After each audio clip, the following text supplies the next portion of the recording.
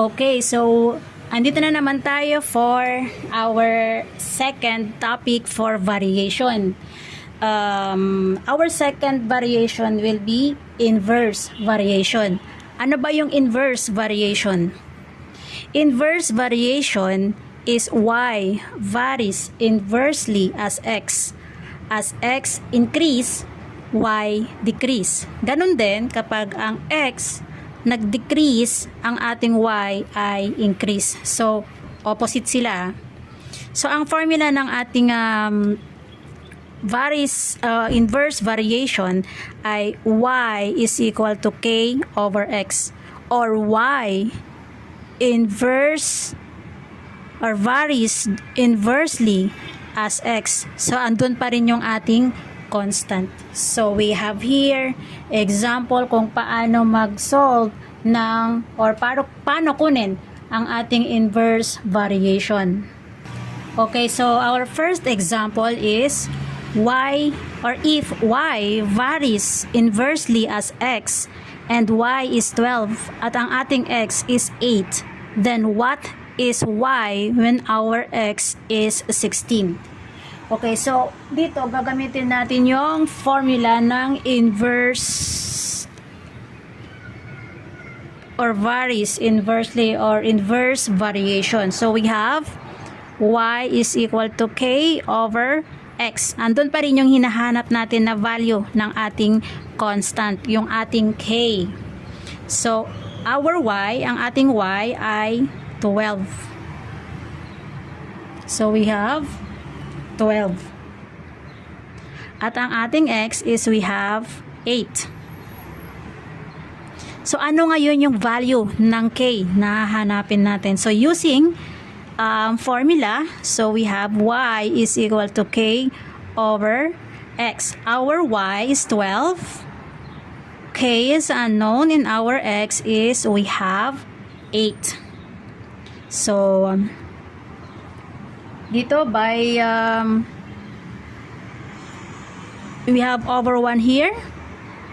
Iko-cross multiply natin ito. So k times 1 we have k, and our 12 times 8 para makuha natin si constant. So k is 12 times 8, so we have 96. Meron na tayong value ni k. So we have 96. Now, kung ang ating y, ang hinahanap natin dito, at meron tayong value ng x, at meron na tayong value ng k, ano na ngayon si y? So, y is equal to unknown. Our x is 16 at ang our k is 96. Yung nakuha natin dito. So, y is equal to k over x, or k over x.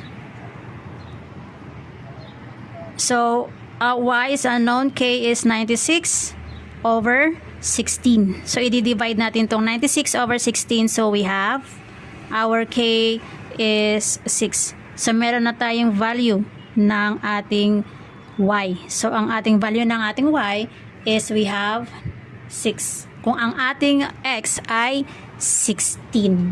Okay. Okay, so we have here a second example.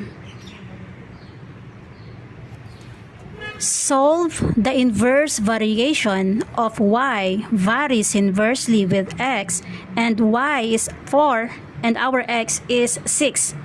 Find y when x is 36.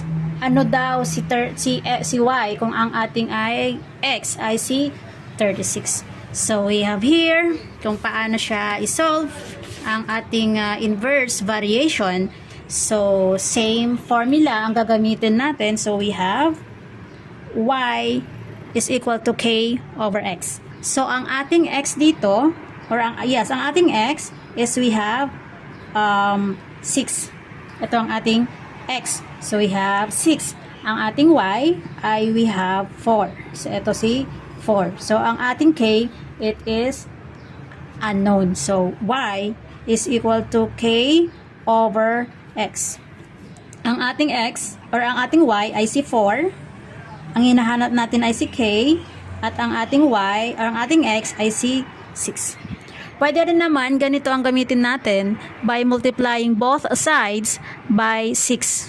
So kung ito ay fraction, kung ito ay nasa denominator, ang ating 6, para makancel si 6 dito, both sides gagawin nating multiply by 6. So we have 6. So cancel, kasi kapag dinivide mo yan, equivalent to 1. So magiging k. So 6 times 4, so we have 24. So 24 over k. Ito yung naiwan kanina. So ito na ngayon si k. So find y when our x is 36. So meron na tayong value ni k. So kukunin na lang natin si y. So if our x is 36, ito si 36, and our k na nakuha natin is 24. What is our y? So ito, so we have y is equal to k over x, or y varies inversely as x. Our y is unknown, our k is 24, and our x is 36. So we have 36. So always remember po na kapag pwede siya i-lowest term, ay kailangan natin siyang i-lowest term. So para ma-lowest term natin, dapat both sides ma-divide natin by same number ng denominator at ng numerator. So anong number na pwede nating i-divide para ma-lowest term natin si 24 at saka si 36? So ang gagamitin natin ay 12. So 24 divided by 12 is 2, and our 36 divided by 12 is 3. So ito ang value natin ng ating y. So 2/3. Always lowest term ang ating sagot kapag pwede siyang i-lowest term. So kung ang ating x ay 36, ang ating y is 2/3. Okay, so we have here the third example. Solve the inverse variation of y varies inversely with x squared. Okay, so andito siya. Yung kaninang mga examples natin, ang ating x walang squared. So our third example, meron na tayo ditong x squared. So paano natin gagawin yan? And y is equal to 5 over 3 or 5/3 when our x is 3. Find y when x is 12. So paano ito? So same formula ang gagamitin natin, pero ang ilalagay natin ang ating x ay squared. Kasi sa given na sinabi, solve the inverse variation of y varies inversely with x squared. So magiging y, or y is equal to k over x squared. So ganito na siya ngayon. So x squared. So ano yung y natin? Ano yung y natin sa given? So our y is 5/3, ito. At ang ating x ay 3. Ano daw si k? Ano yung constant natin? Okay, so gamitin natin ito kasi squared na sa given.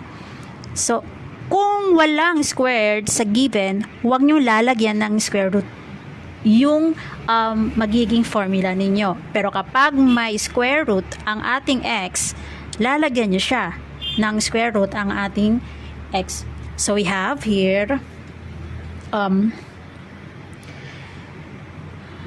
so we have our y using this one is 5/3 is equal to k over our x is 3 squared. So kukunin muna natin ito So 5/3 is equal to k. Ano yung square root ng 3? So ang square root ng 3, so we have 9. So meron na tayo. So both sides we are going to divide or multiply by 9 para makuha natin ang value ng ating k. So eto, cancel.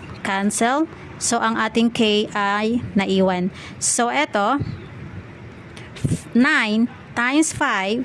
So we have 9 times 5 is 45 divided by 3. So 9 times 5 divided by 3. So we have 15.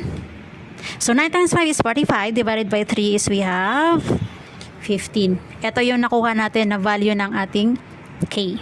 So next, what is y when our x is 12? Ano yung y natin kung ang ating x ay 12? Nakuha nyo rito na from the given na x squared, so kakailangan nyong kunin yung square root ng 3. So that is 9. So both sides, ito i-multiply ninyo. So 9 times 5 is 45 divided by 3 is we have 15. So same again, kung ang hinahanap ay y at ang ating x ay 12. So we have same formula. Ito, formula natin kasi ito siya, squared. So y is equal to k over x squared. Hinahanap natin daw, ano yung value ng ating y again? Ang ating y is unknown. Ang ating x is 12. At ang ating nakuhang k is 15. K is 15. So y is equal to our k is 15 times or divided by yung, so we have 12 po ito 12. So we have kasi 12 ito. So we have 12 squared. Ano yung squared ng 12? So we have here y is equal to 15 over, ano yung square root ng 12? So 12 times 12 times 12. So we have ito, yung 12 times 12 is we have 144.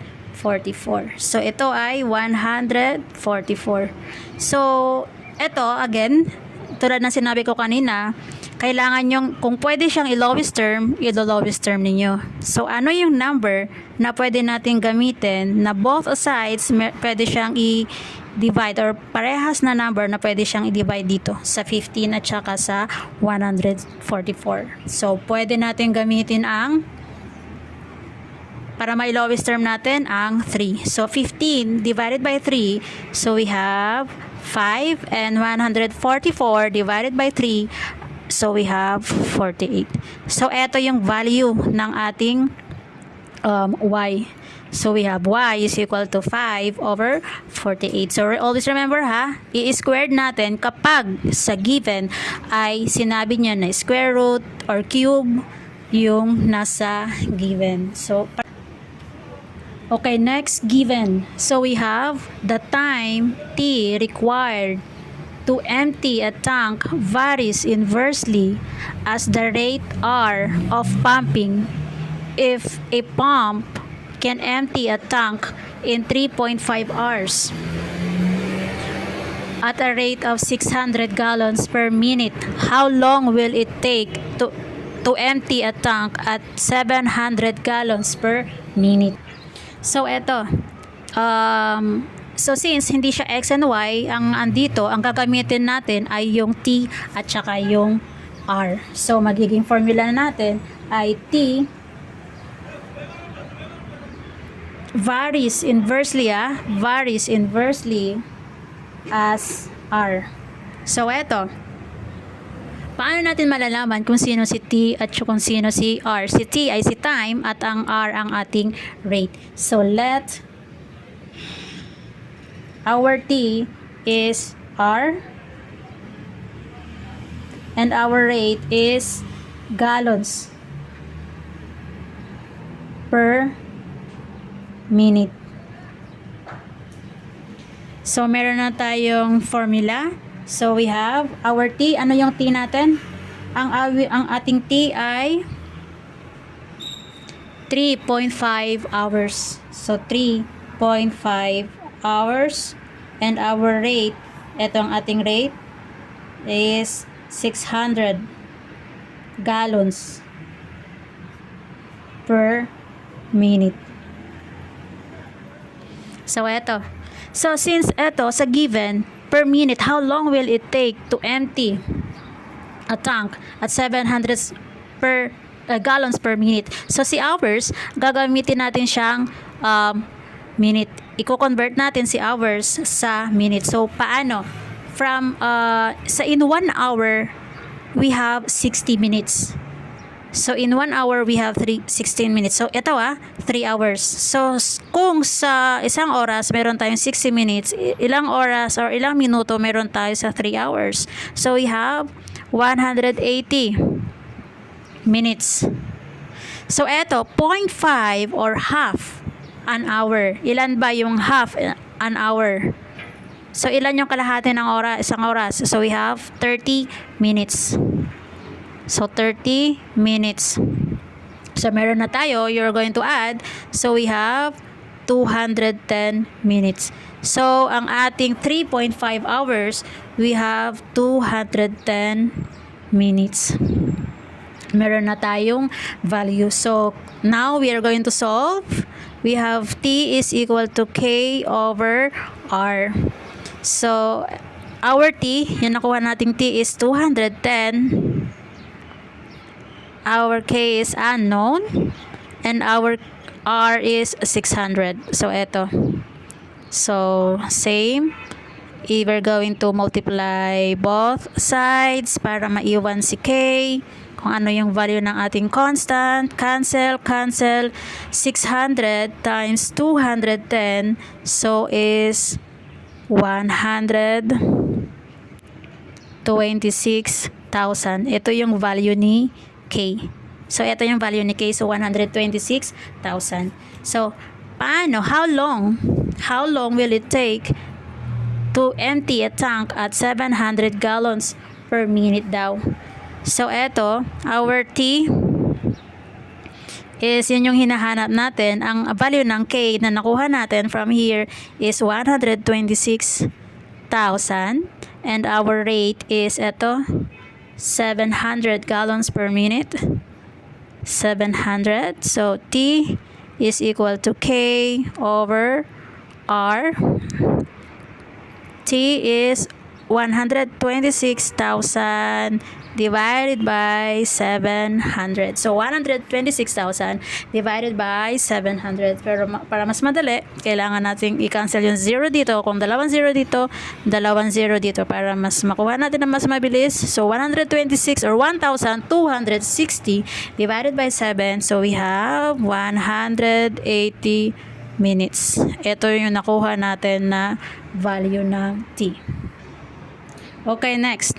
Last question. Suppose that y is equal to 2 when x is 6 and y varies inversely as the square root of x. Determine what is y when x is 6. So, na-explain ko to kanina kung paano kumuha kapag meron tayong square root. Just comment down your answer below.